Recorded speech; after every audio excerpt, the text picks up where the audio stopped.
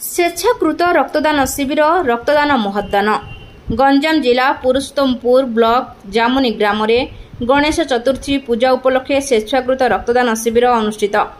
नुआ जीवन संस्था कुंभारसाईर गणेश पूजा कमिटी पक्षर आयोजन कर उक्त कार्यक्रम को परिचालना करथिले नुआ जीवन ग्रुप जामुनी। श्री श्री चितानंद सरस्वती शिशु मंदिर प्रांगण में समस्त पूजा कमिटी सहयोग प्रदान करिसेंती। प्रत्येक वर्ष गणेश चतुर्थी पूजा स्वेच्छाकृत रक्तदान शिविर हुए। एही वर्ष रक्तदान महिला माँ माने और अन्यान्य मिसी 54 जन रक्तदान महत्दान भाग नहीं। Brahmapur MKCG medical doctor madam समस्त डोनेट परीक्षा करी रक्त संग्रह करथिले। एही महत उद्देश्य पूजा कमिटी को आखपाख ग्रामर उच्च प्रशंसा करिसेंती। पूजा कमिटीर किछि सदस्य रक्तदान करी किछि परिवार को बंचाइबा मूल लक्ष्य। समस्त रक्तदाता खाद्यपेय व्यवस्था होइथिला।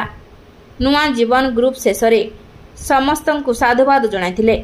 गंजाम जिला प्रतिनिधि कृष्णचंद्र सामंतराय रिपोर्ट पथालिया न्यूज।